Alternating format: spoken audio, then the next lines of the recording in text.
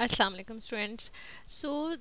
Now the topic is binary search tree deletion. ठीक है, अभी हम जो बात करेंगे, हमने पिछले ट्यूटोरियल में बात की थी बाइनरी सर्च में इंसर्शन की. And binary search tree is an ordered pair जिसके अंदर हम वैल्यू एक सीक्वेंस में एक ऑर्डर में इंसर्ट होती हैं. ठीक है, ताकि हमारे लिए सर्च करना जो है एलिमेंट्स को आसान हो जाए. ठीक है, अब द क्वेश्चन राइजेस कि अगर हमने जब डिलीशन करनी है तो उसका क्या प्रोसीजर होगा या मेथड होगा. ठीक है, देखो, जब भी आपने एक ट्री के नोड को डिलीट करना है तो जो नोड आप डिलीट कर रहे होते हैं उसके 3 केसेस हमारे पास बनते हैं. ठीक है, तो बाइनरी सर्च ट्री में जब भी आप डिलीशन करते हैं तो हमने 3 केसेस को अपने सामने रखना होता है. We need to consider the 3 cases. The first case is जो नोड आप डिलीट करना चाह रहे हैं वो लीफ नोड भी हो सकता है. ठीक है, और जैसे कि ये हमारे सामने ये एक एग्जाम्पल ट्री है. ठीक है, अभी हम इसको इलिस्ट्रेट करेंगे, डिमॉन्स्ट्रेट करेंगे. फॉर एग्जांपल मैं नोड 5 डिलीट करने को कहती हूँ, तो नोड 5 जो है वो एक लीफ नोड है. ठीक है, तो इसको डिलीट करना आसान है. तो केस 1 ये बनेगा कि अगर आप जो नोड डिलीट करना चाह रहे हैं वो क्या हो, एक लीफ नोड हो. ठीक है, अच्छा, फिर उसके बाद अगर मैं आप सेकंड केस ये बनता है कि जो नोड आप डिलीट करना चाहें उसका 1 चाइल्ड हो. ठीक है, फॉर एग्जांपल जैसे 6 है, मैं आपको कहती हूँ डिलीट करें 6. ठीक है, तो 6 को डिलीट करने के लिए क्या प्रोसीजर होगा. ठीक है, इसका एक 1 चाइल्ड है, तो हम इस 1 चाइल्ड को ना लूज़ नहीं करेंगे. हम ये करेंगे कि इस 6 की जगह उसका चाइल्ड आ जाएगा. ठीक है, तीसरा केस हमारे पास ये होता है. और अगर फॉर एग्जांपल इसी केस 2 का मैं आपको कहती हूँ डिलीट करें 3. ठीक है, तो 3 का 1 चाइल्ड है, तो ये चाइल्ड जो है ना वो अपने पेरेंट की जगह को रिप्लेस करेगा या अपने पेरेंट को रिप्लेस करेगा. ठीक है, तो ये मेरा हो गया केस 2. अब केस 3 ये है कि मैं आपको एक ऐसा नोड डिलीट करने को कहूँ जिसके 2 चाइल्ड हो. ठीक है, अगर मैं यहाँ पे सिनेरियो देखूँ तो मेरे पास 2 चाइल्ड जो है ना वो इस 4 के हैं. ठीक है, मैं आपको कहती हूँ कि डिलीट करें 4 को डिलीट करने का मतलब है कि मुझे इसके चिल्ड्रन में से किसी एक नोड को सिलेक्ट करना है जो कि इस 4 को रिप्लेस करेगा. नाउ द क्वेश्चन अराइजेस के 4 के चिल्ड्रन में ऐसा कौन सा नोड होगा जो इसको रिप्लेस करेगा. चिल्ड्रन में से नोड को सिलेक्ट करने के 2 तरीके हैं. ठीक है, एक ये है कि आप उसका इन ऑर्डर सक्सेसर उसको रिप्लेस करें, और दूसरा वे ये है कि उसका इन ऑर्डर प्रीडिसेसर उसको रिप्लेस करें. अभी इन ऑर्डर सक्सेसर और इन ऑर्डर प्रीडिसेसर क्या है. हम जो मेथडोलॉजी कोड करेंगे वो इन ऑर्डर सक्सेसर से करेंगे. किसी एक को आपने चूज़ करना है, आइदर आप इन ऑर्डर सक्सेसर को यूज़ करें या आप इन ऑर्डर प्रीडिसेसर को यूज़ करें. अच्छा, नाउ क्वेश्चन अराइजेस कि भाई मैं उसके राइट चाइल्ड में से सिलेक्ट कर रही हूँ या मैं उसके लेफ्ट सब ट्री में से सिलेक्ट कर रही हूँ. अगर मैं उसके राइट सब ट्री में से सिलेक्शन करूँगी ना, जो उस चिल्ड्रन की जो इसको रिप्लेस करेगा, तो मैं उसको कहूँगी कि वो इन ऑर्डर सक्सेसर होगा. इन ऑर्डर सक्सेसर आप जब भी सिलेक्ट करते हैं वो राइट सब ट्री में से करते हैं. ठीक हो गया, और इन ऑर्डर प्रीडिसेसर जब भी आप सिलेक्ट करते हैं वो आप लेफ्ट चाइल्ड में से सिलेक्ट करते हैं. ठीक हो गया.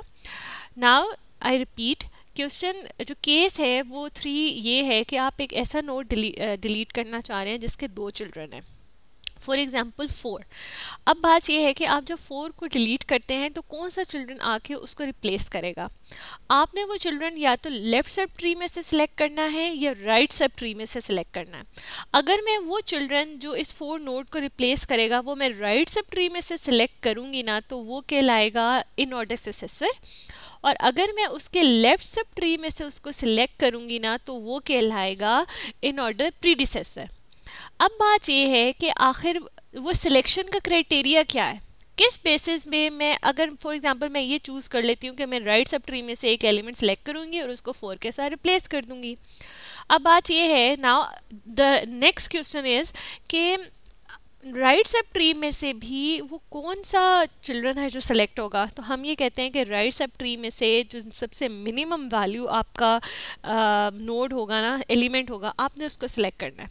मतलब the smallest value from the right sub tree आपने उसको सिलेक्ट करना है ठीक है, और उसको 4 के साथ रिप्लेस कर देना है। हम ये कहते हैं कि इन ऑर्डर सक्सेसर क्या है, in order successor is the smallest value from the right sub tree. ठीक हो गया। अच्छा, अब ये याद रखिएगा कि आपकी राइट सब ट्री में क्या होती हैं, इस नोड से लार्जेस्ट वैल्यू होती हैं, और उसमें से भी जो स्मॉलेस्ट वैल्यू है ना, आप उसको चूज़ करेंगे, सिलेक्ट करेंगे और 4 के साथ रिप्लेस कर देंगे। ठीक हो गया। अच्छा, अब इन ऑर्डर प्रीडिसेसर क्या है, हमने ये कहा कि इन ऑर्डर प्रीडिसेसर आप लेफ्ट सब ट्री में से सिलेक्ट करते हैं।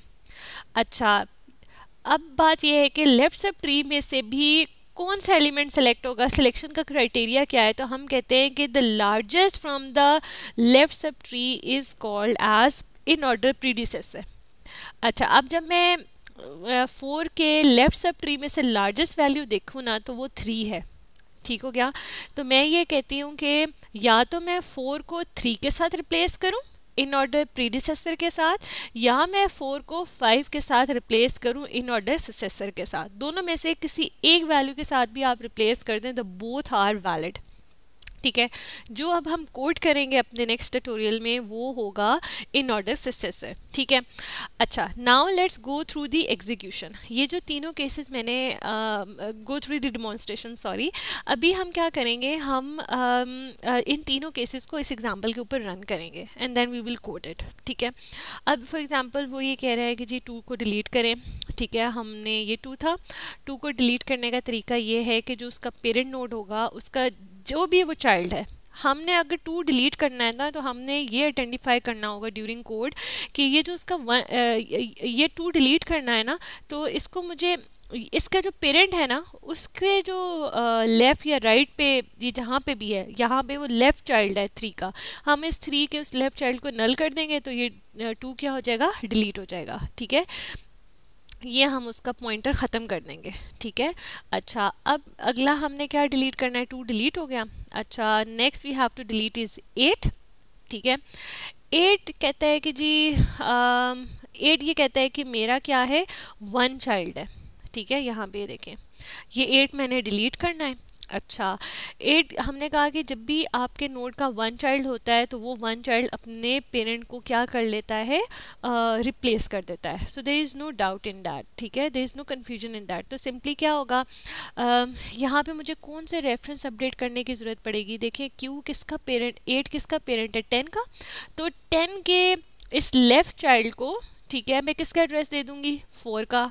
ठीक है, और 4 का एड्रेस किसके पास पड़ा हुआ होगा, 8 के लेफ्ट में पड़ा होगा, अगर ये इसका 4 चाइल्ड है तो। ठीक है, 4 इसका अगर लेफ्ट चाइल्ड है तो मैं क्या करूँगी, 10 के लेफ्ट को 8 के लेफ्ट का एड्रेस दे दूँगी। ठीक है, तो मुझे क्या करना है, ये 8 को ख़त्म इस तरह करेंगे कि हम क्या कर देंगे, 10 को 4 का एड्रेस दे देंगे और 4 क्या हो जाएगा, अपने पेरेंट की जगह को रिप्लेस कर लेगा। ठीक है, और यहाँ से 8 डिलीट हो जाएगा। ठीक हो गया। When you have a single children, तो चिल्ड्रन क्या करता है, सिंपली अपने पेरेंट को रिप्लेस करता है। ठीक हो गया। अच्छा, now the other question is delete 4। ठीक है, डिलीट करें 4 को। 4 को डिलीट करने के लिए हमारे पास 2 ऑप्शंस हैं, या तो हम इन ऑर्डर सक्सेसर सेलेक्ट करेंगे या हम इन ऑर्डर प्रीडिसेसर सेलेक्ट करेंगे। यहाँ पे हम जो एग्जीक्यूशन चल रही है, हम इन ऑर्डर सक्सेसर डिलीट करते हैं। वो कहते हैं जी कि लेफ्ट सब ट्री में से, सॉरी राइट सब ट्री में से स्मॉलेस्ट वैल्यू चूज़ करें। ठीक है, तो हम कंपैरिजन करते हैं, हम कहते हैं 5 इज़ द स्मॉलेस्ट वैल्यू, तो कहते हैं ठीक है, 5 को इधर 4 की जगह कॉपी कर। अच्छा, इसका तरीका ये होता है बेटा, हम यूँ करते हैं कि हम एक्चुअली 4 को डिलीट नहीं करते हैं, 4 वहीं पे ही रहता है। ठीक है, हम जो लीव ये होता है ना, इन ऑर्डर सक्सेसर होता है, इसकी वैल्यू को हम 4 के पे आके कॉपी करते हैं, और ये हमने 5 कॉपी किया। ठीक है, और हमारा जो ये चाइल्ड होता है ना, इसको हम डिलीट कर देते हैं, ये डिलीट हो जाता है। तो इस तरह इन ऑर्डर सक्सेसर के साथ वो रिप्लेस हो जाता है। ठीक है, हम ये सारे, देखो यूँ करना आसान है, हमें ये सारे पॉइंटर्स रेफरेंसेस अपडेट करने की ज़रूरत नहीं होती। ठीक है, दोबारा सुने, I have to go back. ये देखें, ये सिचुएशन थी, हमने 4 को रिप्लेस करना है 5 से। अब इसको करने का तरीका है, ऐसा नहीं है होगा कि मैं 5 के जो है एड्रेस लूँ और मैं यहाँ पे वो एड्रेस रिप्लेस कर दूँ। उसके लिए मुझे देखो कितना काम करना पड़ेगा, मुझे 10 के लेफ़्ट को भी 5 का एड्रेस देना पड़ेगा। ठीक है। और मुझे क्या करना पड़ेगा, 5 के लेफ़्ट को, क्योंकि वो यहाँ पे नल है तो 5 के लेफ़्ट को क्या करना पड़ेगा, 3 का एड्रेस देना पड़ेगा, और मुझे 5 के राइट को 6 का एड्रेस देना पड़ेगा। तो मुझे बहुत सारे रेफरेंसेस अपडेट करने की ज़रूरत है। इस चीज़ से बचने के लिए इसकी लॉजिक ये होती है कि हम क्या करते हैं, जब हम इन ऑर्डर सक्सेसर मिल जाते हैं ना, तो हम इस इन ऑर्डर सक्सेसर की वैल्यू उठाते हैं और ये जो नोड हमने डिलीट किया करना होता है इसकी जगह हम वैल्यू कॉपी कर देते हैं। जैसे ये 5 है तो 5 को मैंने कॉपी कर दिया, ठीक है। और मुझे इन ऑर्डर सक्सेसर तो मिल चुका होता है, मैंने उसको क्या करना है, एज अ सक्सेसर के एक वेरिएबल में मैं उसको अपने पास सेव करा लूँगी। तो मैं क्या कहूँगी कि भाई आपका जो पेरेंट है ना, वो आपका वो अब क्या होगा, 6 का जो लेफ्ट चाइल्ड है वो नल कर दूँगी तो 5 क्या हो जाएगा, डिलीट हो जाएगा और उसका रेफरेंस ख़त्म हो जाएगा, ठीक है। तो ये this is a way to delete a binary, to perform a binary search tree deletion, ठीक है। अभी हम इसको नेक्स्ट में कोड करेंगे, तीनों केसेस को एक दफ़ा हम अच्छे से गो थ्रू फिर से करेंगे।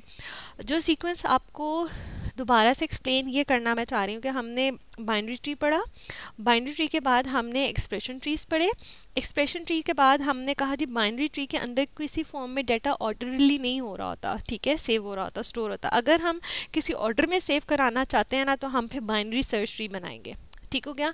जब हम बाइनरी सर्च ट्री बनाते हैं ना, तो जब हम उसको ऑर्डर करते हैं तो हमारे पास बाइनरी सर्च ट्री बन जाता है, ठीक हो गया। अच्छा, उसके बाद जो है ना हम ये कहते हैं कि जी बाइनरी सर्च ट्री की क्या टाइप्स हैं, ठीक है। बाइनरी सर्च ट्री की टाइप्स में हमारे पास एवियल ट्री आता है, रेड ब्लैक ट्री आता है और स्प्लिट ट्री आता है, ठीक हो गया। देखो हमारे पास ट्रीज़ ही चल रहे हैं, अगर ट्रीज़ हमारे पास ऑर्डर फॉर्म में नहीं है तो वो सिंपल बाइनरी ट्री है। अगर उसी बाइनरी ट्री को मैं ऑर्डर फॉर्म में कर दूं तो वो बाइनरी सर्च ट्री बन जाता है, और उसी बाइनरी सर्च ट्री को अगर मैं बैलेंस कर दूं तो वो एवियल ट्री बन जाता है, ठीक है। तो एवियल ट्री क्या है, एक्चुअली एवियल ट्री एक बाइनरी सर्च ट्री है। तो ये बात तो डिसाइडेड होगी कि एवियल ट्री के अंदर एवियल एक बाइनरी ट्री भी होगा, मतलब उसके पास या तो 0, 1 या एटमोस्ट 2 चाइल्ड होंगे, या एवियल के अंदर क्या होगा, एक वो ऑर्डर्ड बाइनरी ट्री होगा, मतलब उसके अंदर एलिमेंट्स एक ऑर्डर में होंगे, राइट पे ग्रेटर वैल्यूज़ होंगी और लेफ्ट पे स्मॉलेस्ट वैल्यू होंगी, ठीक है। मतलब आपके एवीएल जो होगा ना, उस वो बाइनरी सर्च ट्री प्रॉपर्टी भी करेगा। फिर तीसरी प्रॉपर्टी उसकी ये होगी कि एवीएल जो है ना वो एक सेल्फ बैलेंसिंग ट्री भी होगा। So all you should remember is this chain, ठीक है। एक बाइनरी ट्री को अगर आप ऑर्डर फॉर्म में ले आए, ऑर्डर ले आए, तो वो बाइनरी सर्च ट्री बन जाएगा, और बाइनरी सर्च ट्री को अगर आप सेल्फ बैलेंसिंग प्रॉपर्टी दे दें तो क्या वो बन जाएगा, वो एवीएल बन जाएगा, ठीक है। तो दिस इज अ चेन।